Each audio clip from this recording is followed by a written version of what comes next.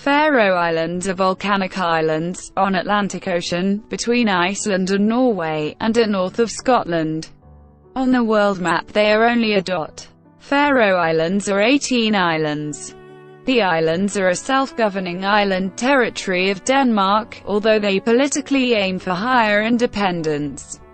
The islands have a population of nearly 50,000, and a language and culture of their own.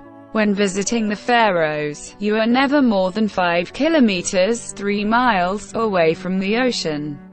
The countryside is dominated by steep mountains, and there are about 70,000 sheep, and some 2 million pairs of seabirds, including the largest colony of storm petrels in the world.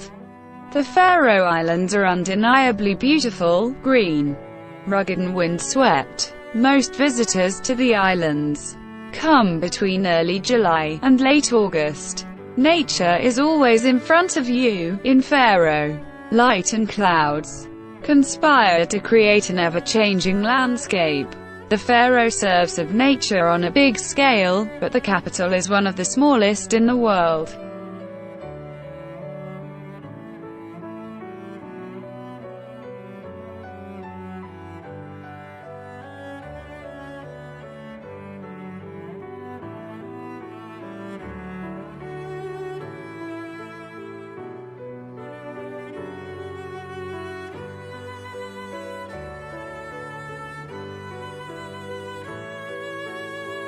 Hilda, this is the way I'd envision the Faroe Islands. All of the promotional material I've seen, the photos have been of these houses with these grass roofs.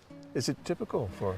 Yes, this is typical for the old days, but it has become very popular again with grass roofs. And it is very good insulation, environmentally friendly. And I guess in older days they used the grass on the roof because that was the material they had here. They didn't have to import it. Light and clouds conspire to create an ever-changing landscape.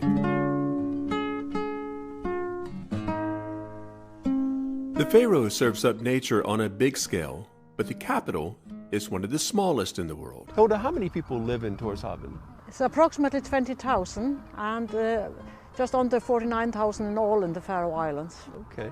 Now this is a place where the cruise ships dock in the center of the city. Yes.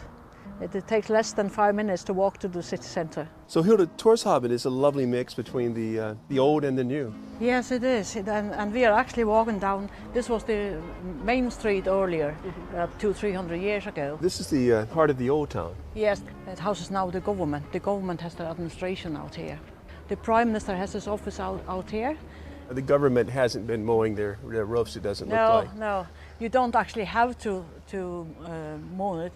It's okay to let it go like that. Yeah. This in the Faroese is called a chatler, and this is where we keep our meat in. When we slaughter the sheep, we hang the body up in these houses, so the wind can actually blow dry it because it's open between the boards. Traffic is very convenient in Faroe Islands. You can reach any point in the Faroe Islands within about an hour and a half. An excellent network of roads and tunnels allows you to reach even the most remote destinations. So here's the spelling, Drake, and we're inside now the largest natural gorge in the Faroe Islands. It's 188 meters long. It's a natural harbor. This is where the fishermen would bring their boats and have them hoisted up on the rails for safekeeping. Heading south took us over mountain ridges where a beautiful landscape unfolded before us. Soon we were in one of the most historic places in the Faroe Islands. There's a lot of history connected to this place, Kirkjubø. This church is from 1111 and it is the oldest church still in use in the Faroe Islands. And here we have the old smoke room, Roykstovan. It is over 900 years old. And the farmer on the farm today is the 17th generation in the same family. The 17th generation? Yes, the 17th generation. So we've experienced the Faroe Islands on land. Now we're going to experience it by sea. We're out on a boat. And Hilda, what will we see? Where are we headed to? Yeah, we're heading out to the Vestmanna Cliffs. And we will see the dramatic cliffs in Vestmanna. And hopefully we will see a few birds as well. And the sheep on the hillsides. So it seems like every time we turn the corner here, we see something exceptionally beautiful like this. Yes, and can you see the shape up there? They bring them out and keep them there in the summer. Today it's not actually necessary, but it's a man thing, you know. Our boat trip took us through narrow gorges within a few feet of the rock walls that plunged into the sea. Yeah, we're almost so close that we can almost touch these cliffs. Yes. It's nice to get in this close and you can really feel just how dramatic it is. Look at this. Gosh. Under the arches.